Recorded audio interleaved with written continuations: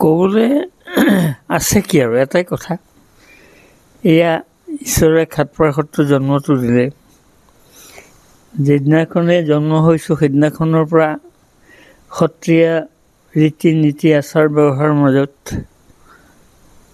আমি ডাঙৰ হৈছোঁ আৰু ইয়াৰ পৰাই গৈ শিৱসাগৰ চৰকাৰী হাইস্কুলত পঢ়িছোঁ আৰু জয়সাগৰত পিতা পুত্ৰ, পিতাক প্ৰিন্সিপাল, পুতেক ভাইচ প্ৰিন্সিপাল পদ্মনাভ চলিহাদেৱৰ লগতে সেইখিনি সময়ত কলেজত মানে দুবছৰমান পঢ়িলোঁ।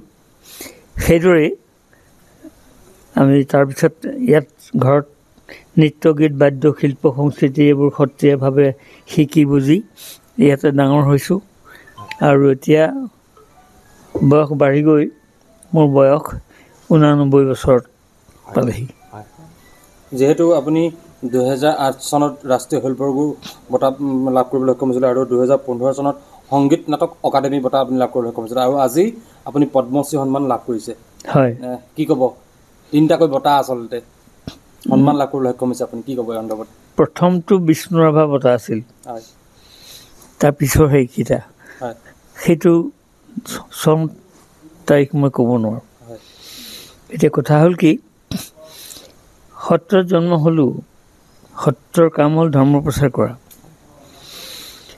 আৰু আমি আমাৰ পূৰ্বপুৰুষসকলে আৰ্হি আদৰ্শ যেনেকৈ আমাক দি থৈ গৈছে, তেখেতসকলৰ সেই আৰ্হি আদৰ্শতে আমিও ডাঙৰ হৈছোঁ আৰু যি পাৰিছোঁ সেই আৰ্হি আদৰ্শকে লৈ আমাৰ জীৱনবোৰ অতিবাহিত কৰিছোঁ আৰু এতিয়াও ৰাইজৰ লগতে কোনো প্ৰকাৰৰ আমাৰ অসদাচৰণ বা কিবা তেনেকুৱা ধৰণৰ কথা লৈ কাৰো লগত কেতিয়াও মনোমালিন্য একো হোৱা নাই।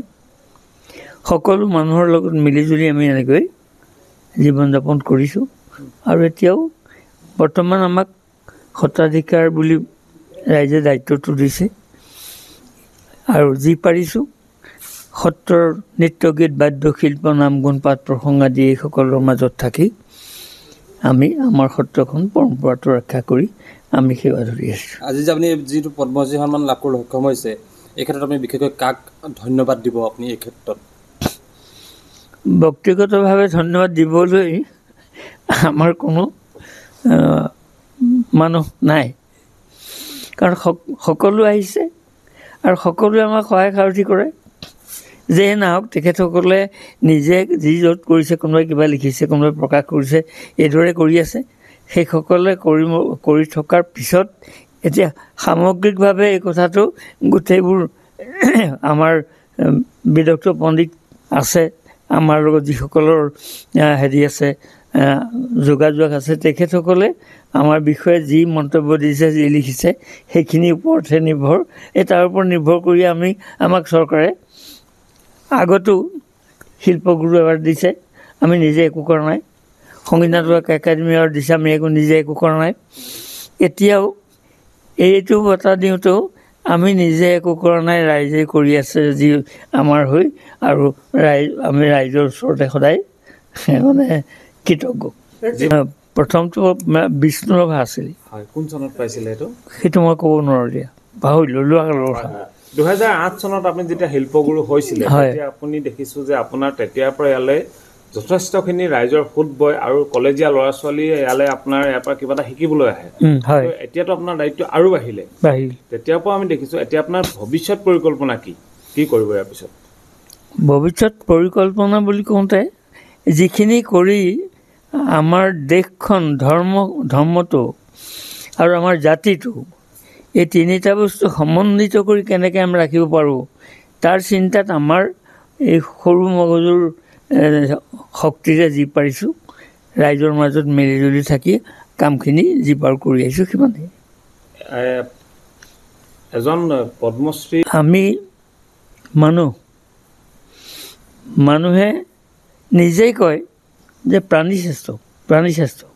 মানুহ যেতিয়া প্ৰাণী শ্ৰেষ্ঠ সকলোৱে মানে, শ্ৰেষ্ঠ প্ৰাণীয়ে কি কৰিব লাগে, আচৰণ প্ৰৱৰ্তন কথা বতৰা কেনেকৈ চম্ভালিব লাগে, মানুহখিনিয়ে শিকিবলৈ আমাৰ কোনো প্ৰকাৰৰ অসুবিধা নাথাকে। তাকে নকৰি নিজস্বভাৱে যদি আমি চলিবলৈ যাওঁ তেনেহ'লে আমাৰ মাজত খাম খেয়ালি দনাই কাজিয়াবোৰ থাকেই।